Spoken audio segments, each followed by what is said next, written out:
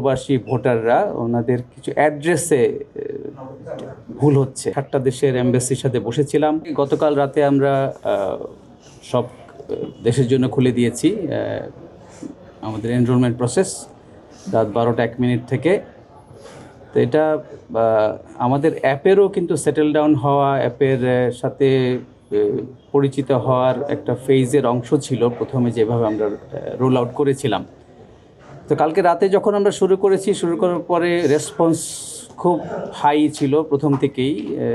এটা বোঝা যাচ্ছিল আমাদের প্রবাসীরা অ্যাপটায় কখন লগ ইন করবেন, কখন এনরোলমেন্ট করবেন অপেক্ষা করছিলেন।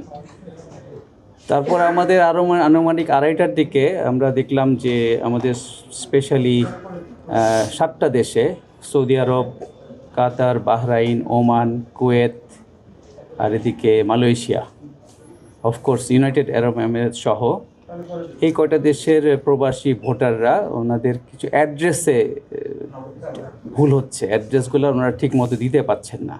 Bashundhara public school and college 2026 শিক্ষাবর্ষে ভর্তি চলছে। সো ঠিকানা ভুল হলে তো ব্যালট পৌঁছবে না জায়গা মতো।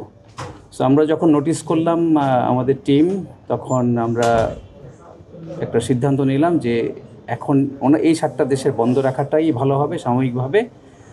পরে আমরা ওনাদেরকে প্রথমে এমবেসির মাধ্যমে, তারপরে বিভিন্ন চ্যানেলের মাধ্যমে অ্যাড্রেসটা কীভাবে ফিল আপ করতে হয় আরও ভালো করে, আগে যদিও আমরা আমাদের প্রচারণা চালিয়েছিলাম, তারপরে দেখলাম যে অ্যাড্রেসের ভিতরে ঠিকমতো ইনপুট দেওয়ার বিষয়টা আরও ডিটেলসে যাওয়া দরকার।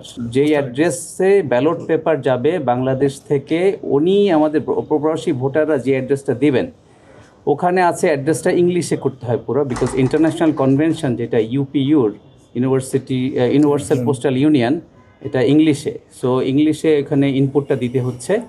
পোস্ট কোড হোক, তারপরে হচ্ছে কিছু ম্যান্ডেটরি ফিল্ড আছে।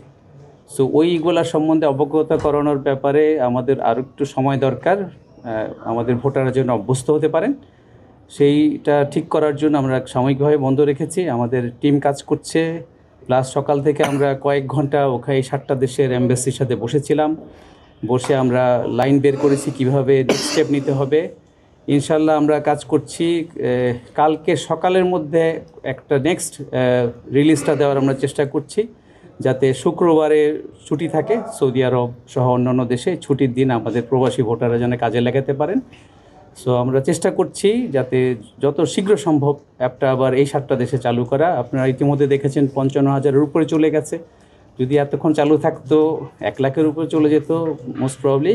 কিন্তু অ্যাড্রেস ভুল দিলে আমাদের এই এফোর্টটা বৃথা যাবে। সো আমরা অ্যাড্রেসটা ঠিক করি। আর যারা অলরেডি রেজিস্ট্রেশন করে ফেলেছেন with wrong addresses or some issues in the address, আমরা ওনাদের সাথে আলাদা ডিল করে আমরা চেষ্টা করছি অ্যাপের ভিতরে একটা অ্যাড্রেস কারেকশনের এডিট মোড চালু করার যত শীঘ্রই করে, যাতে অ্যাড্রেসটা সবাই আবার রিচেক করতে পারেন।